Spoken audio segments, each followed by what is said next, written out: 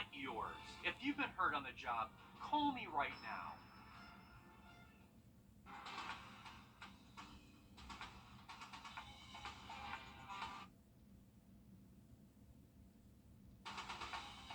From the station that's on your side, News 12, first at 5, continues. Hurricane Idalia on its way towards our area as we speak. Our weather team is issuing a first alert weather day in response. We're talking flooding, wind, and even tornadoes are possible. Some of our counties are even under a tropical storm watch. And you can see the dark horizon out of Naples, Florida as the hurricane approaches there, and the storm will continue into Georgia and South Carolina as well. Our first alert Chief Meteorologist Riley Hale is here as well. And Riley, what do we need to know going into tomorrow? I think the biggest thing that we take away here in the CS area is at Grovetown, exit 190, Lewiston Road. You can see all the headlights backing up off the exit there, and slick spots definitely found across most of the area. Much more on our forecast moving forward this week in just about 10 minutes. All right, thank you, Riley. Both Georgia and South Carolina governors issuing a state of emergency today ahead of Idalia making landfall. And both state of emergencies will be in effect through Friday night, and this frees up state emergency management resources and activates the state's emergency plans as well. And schools here responding to Hurricane Idalia, Screven, Johnson, Emmanuel, and Jenkins County schools will be closed tomorrow. Bamberg County is dismissing early tomorrow and will hold remote learning Thursday. Richmond County schools have canceled all outdoor activities tomorrow. Aiken County schools announcing classes will dismiss 2 hours early tomorrow. Classes will start 2 hours later on Thursday. Aiken's First Baptist Church preschool will close at noon tomorrow. Of course, we will continue updating these as these continue to come in. Well, we're learning more this evening about the harrowing moments after a local veterinarian is attacked by a dog at her vet clinic. Dr. Emily Martin suffered severe nerve damage to her arm and injuries to her legs as well. And now we're hearing from the office manager who witnessed the entire attack and what followed. Our Sydney Hood is live in our newsroom. And Sydney, walk us through what happened that day a few weeks ago that changed everything. Meredith, this all started when Dr. Martin and her team were trying to sedate the dog for his surgery the next day. The muzzle they put on him comes off, and following standard procedure, she steps back to let everyone know the muzzle is off. That's when the dog, known as Dozer, comes from behind, grabs her, pulls her down, and drags her for nearly 7 feet. Two of Dr. Martin's co-workers are able to get Dozer off of her, but that's not before they had to run to safety themselves. One is in a shed next to the clinic, and another on top of a picnic table, calling 911, all while Dr. Martin is crawling inside, in and out of consciousness. We used caution, and we used our experience, and we used compassion, and we used everything that we have and know and have learned in our career.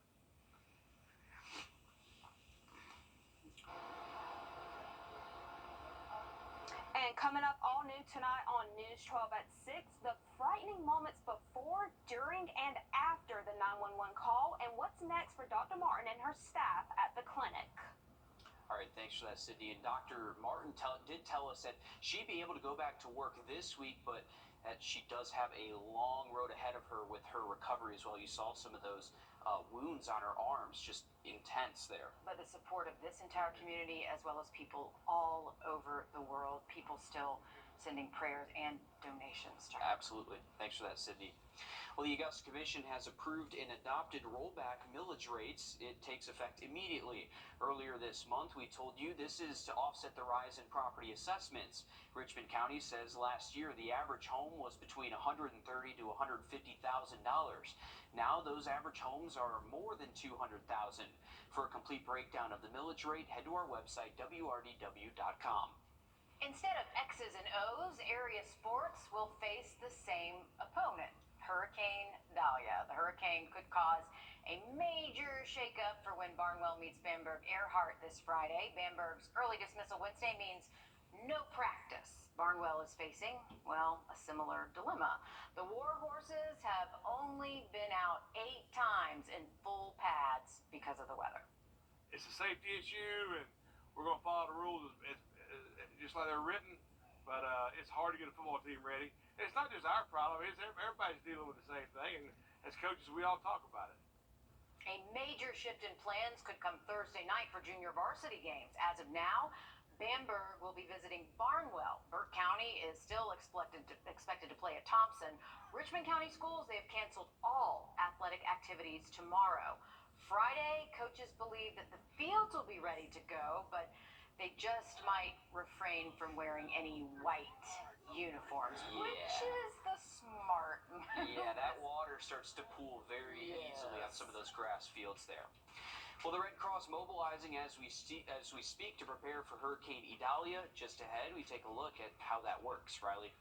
And tomorrow is a first alert weather day. We are expecting widespread impact from Idalia as it does move through the CSRA. We'll have an update on the forecast just after break.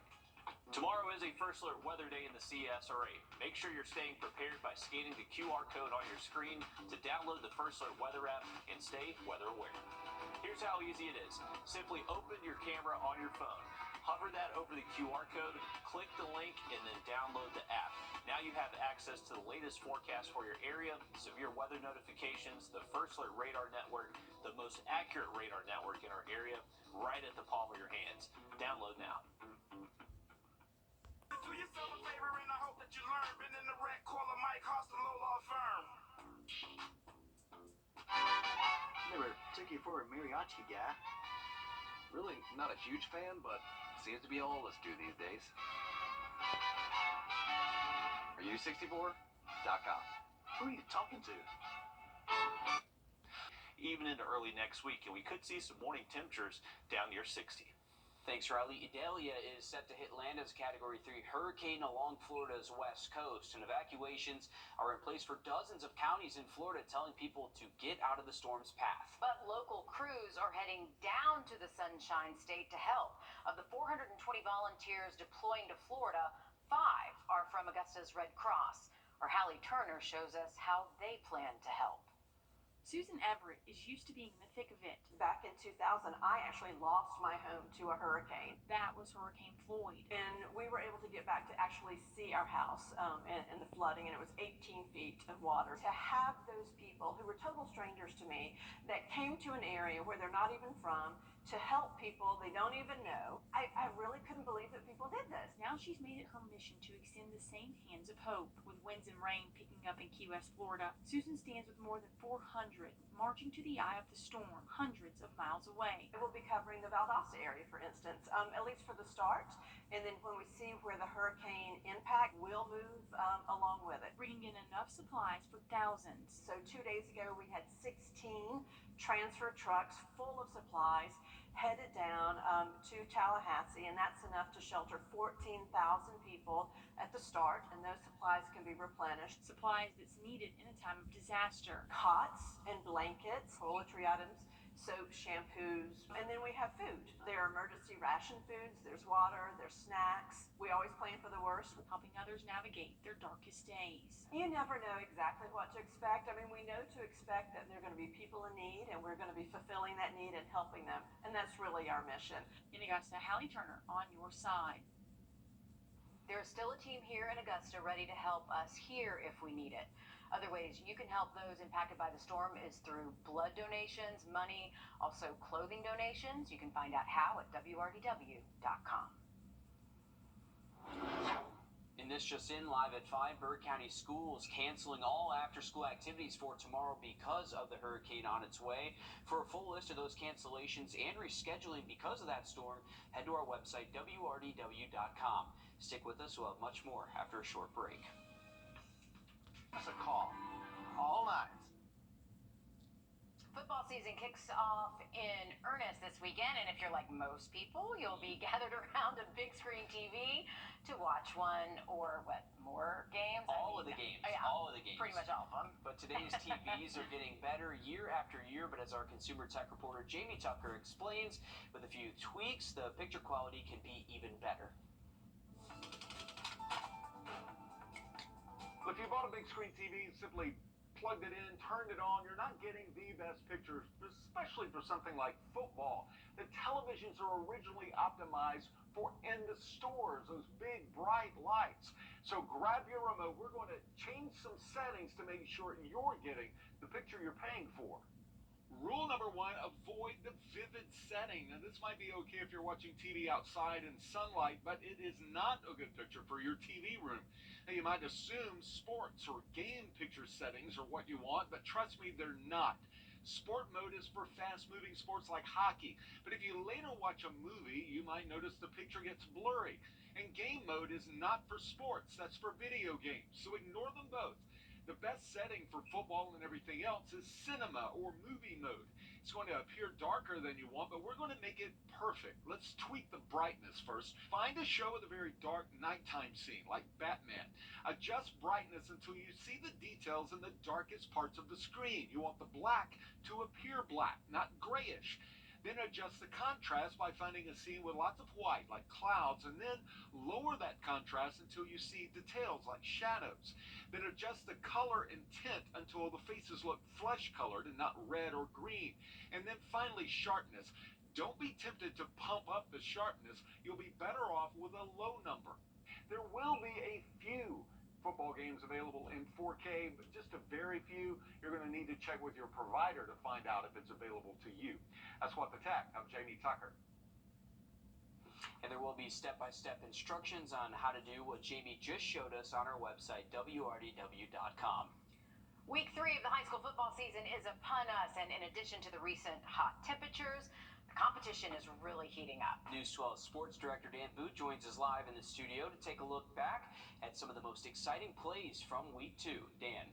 Week 2 of the high school football season had no problem keeping us on the edge of our seats. So without any further ado, it's time for the Under the Lights top 5 plays of the week. Coming in at number 5, Cross Creek and Glen Hills. The Razorbacks swing it outside to Travis Brigham. He hits the Jets and he is gone for the touchdown. Cross Creek won their season opener 40-20.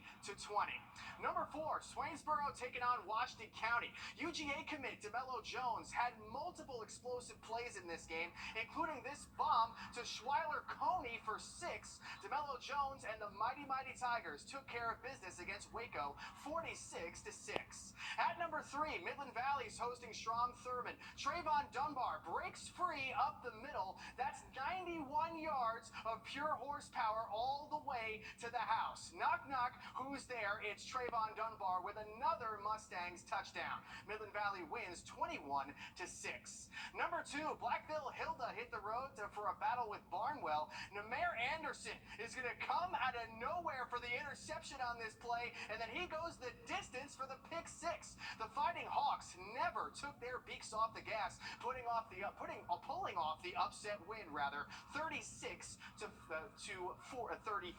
Now, number 2 is coming. Our Week 2 Under the Lights play of the week comes to us from the game between Saluda and Ridge Spring Monetta. Saluda's Jalen Nick receives the opening kickoff. He cuts outside, picks up a couple of great blocks along the way, and he answers the house call untouched for the score. The Tigers devoured the Trojans in this game 55-18. Now, you have the power to decide which one of these great matchups will be our Under the Lights game of the week. The choices are Lakeside hosting North Augusta, Midland Valley traveling to Silver Bluff, Strom Thurmond going head-to-head with Aiken, and the battle for Columbia County between Evans and Greenbrier. Scan the QR code on your screen or log on to wrdw.com to cast your vote. All right, thanks for that, Dan. We are tracking heavy rain across the area, not just for tomorrow, but also through this evening. Take a look at our First Alert Radar Network. Heavy rain along the I-20 corridor. Now look at the forecast coming up just after the break.